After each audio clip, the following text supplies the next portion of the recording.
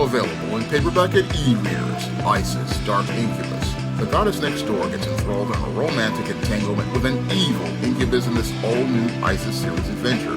Get your copy of Isis, Dark Incubus in paperback and e-readers today. Now available in paperback and e-readers, The Temptation of John Haynes. Give in to temptation and pick up this action-packed African-American paranormal romance. Get The Temptation of John Haynes in paperback and e-readers today. Mr. Chris from Chris & Company sent me an extremely disturbing article that will make you sick to your stomach if you're sitting at your dinner table. Now, according to this article from U.S. News and World Reports, it states that many of the people working in the food supply chain of this country are in the U.S. prisons.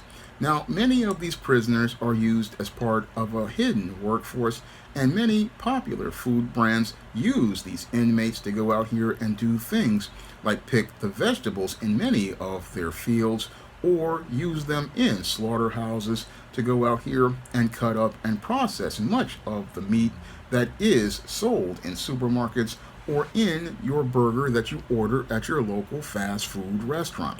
Now, according to this article, a lot of the prison labor that we have today is basically due to a clause in the 13th Amendment, the amendment that abolished slavery and indentured servitude in this country. However, they left an exception as related to that amendment that allowed for prison labor to go out here and do work as related to the state. Now, this clause was originally used in the aftermath of the Civil War to reconstruct the South after most of it was destroyed in the Civil War.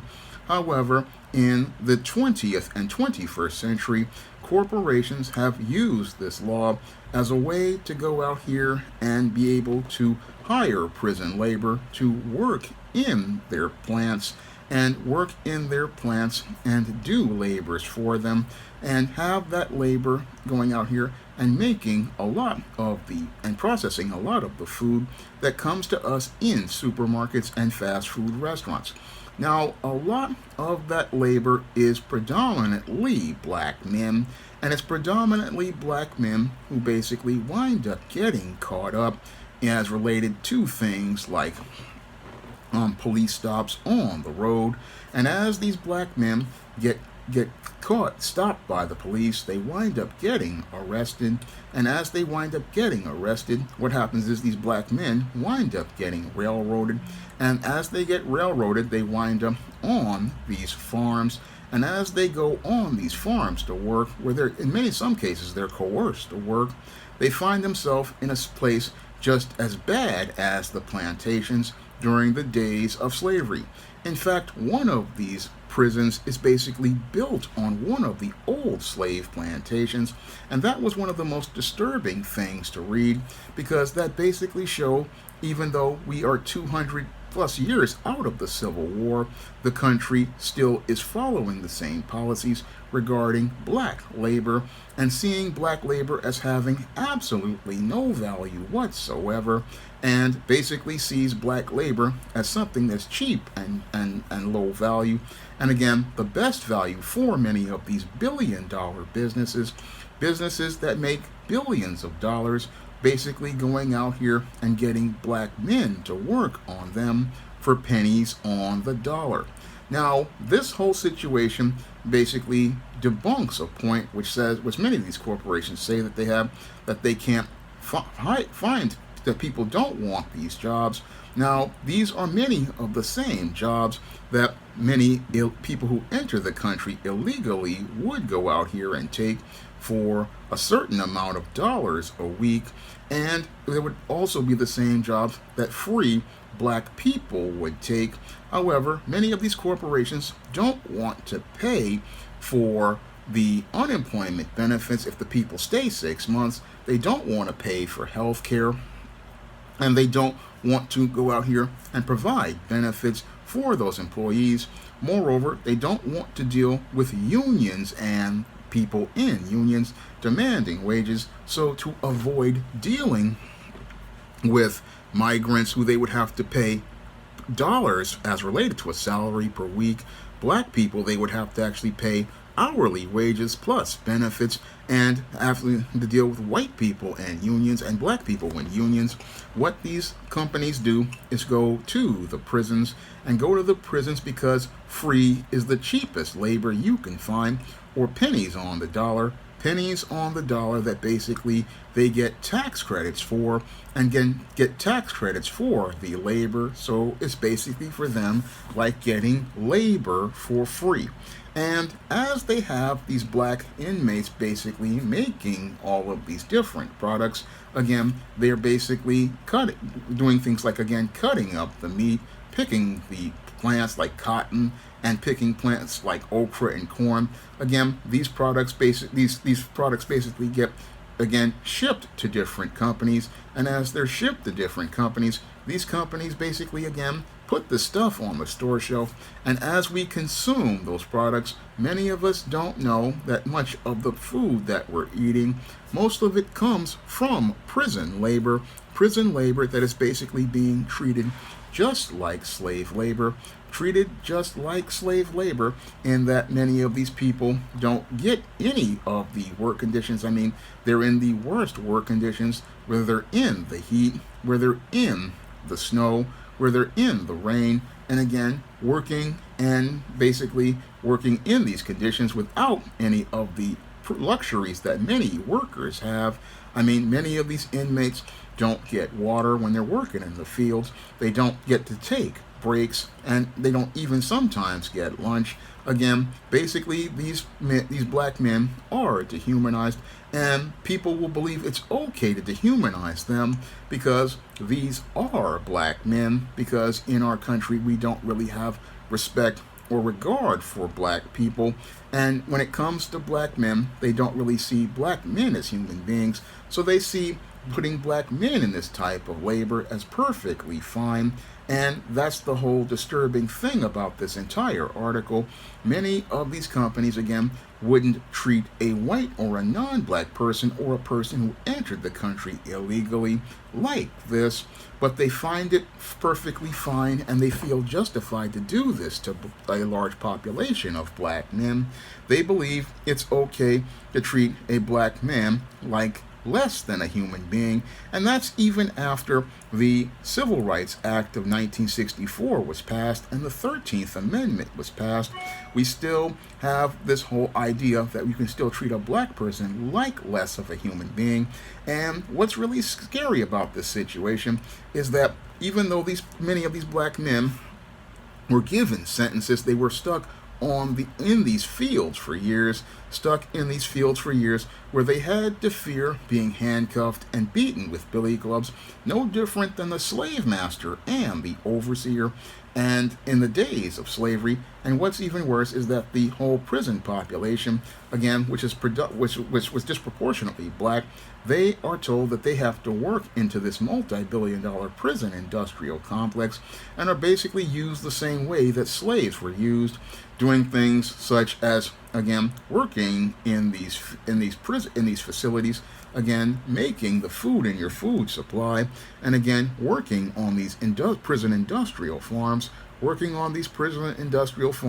again, in an effort not to save the taxpayer money by doing municipal service. No, what they're done is, again, done to make corporations rich, and done to make these corporations rich without enriching many of these men who basically, when they get out of the prisons, if they do, wind up with no real skills and no real ability to be employed, as related to this whole situation. And again, basically, they have no respect for human beings. Again, basically no respect for human beings at all. And it just is really disturbing, again, at these situations. Really disturbing to me, because you think that this country really cares about its people, but it doesn't really care about its people if you allow, again, people to treat a prisoner less than a human being, because this person, you would think they would want them to return to society, but it just shows us how our society reflects in a disturbing way, and how, again, this whole prison labor is quite troubling, because You got companies who sit there and say, oh, they're having a shortage of people, and the whole thing is they don't want to give those people jobs. No, they don't want to give people jobs not because they don't have jobs, but because they don't want to pay them. And one of the reasons why they don't want to pay them is because they believe they have a growing supply of cheap labor. And what's really, really troubling about this whole situation is the way they devalue black labor. I mean, it's very similar to what I had an argument with one of my family members about regarding volunteering, about how they devalue black labor and how they were telling me, oh, you need to volunteer so that people can vouch and verify that you can work. Well, the prisoner is working, and is the prison vouching and verifying for them. And that prisoner, once they get out of jail, they can't get a job. And if I go out here and volunteer, I can't get a job, which shows me how little they value black labor, whether it's free or an inmate, that nobody values the black labor to pay for black labor. Meanwhile, a person who enters the country illegally, they can name a price, and they have the right to name a price, but a black person, whether they be a free citizen or an inmate in the system, everybody believes they are entitled to a black person's labor for free, and believe that they can just have that black labor and don't have to pay a single dime for it. That's the thing that disgusted me the most about this article, in that they have no respect for black people and don't feel our labor has value. Again, these companies make billions of dollars on the labor of black inmates disproportionately, and they make that labor, and again, look for black people and put them in the prison industrial complex to work as slave labor. And this is all while they've got their policies on the books like OSHA and all these other standards, but they don't follow the standard of the Bible, which says, do unto others as you would have them do unto you.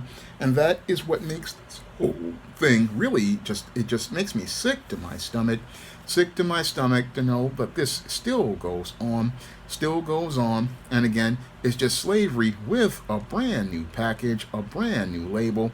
And most of these corporations and most of these farms, again, make all their money, and again, on the backs of black people, no different than they did during the days of slavery, because this whole policy basically makes it where they can say, hey, we can get this black labor for nothing at all, and we'll have these black inmates working like slaves. Meanwhile, they'll have it on the news that, oh, nobody wants these jobs. No, people would have wanted those jobs, but you don't want to give people any jobs. That's the lie that many of these businesses tell, so that their executives can go out here and trick off as related to life, tricking off on yachts, tricking off in luxury cars, tricking off on women. And again, this is the kind of thing that these kind of evil individuals do, that has me saying that these people will reap what they sow, greater than what they sow, later than what they sow. And when these people do get what they deserve, they can't sit there and say that God is not doing right by punishing them for all the evil they have done, because what they are doing here is pure evil to save a dollar, but shows us how little they value their soul,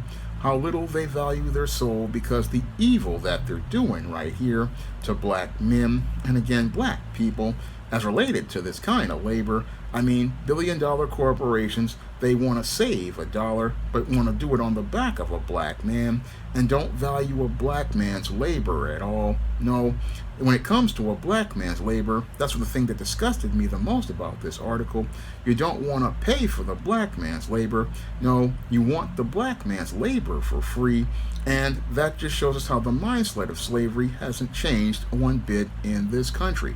Now, this was a video that Mr. Chris from Chris & Company wanted me to talk about, and if you want me to talk about a topic, you can drop a donation for a minimum of $15 to the Cash App or the PayPal by clicking the links in the description box.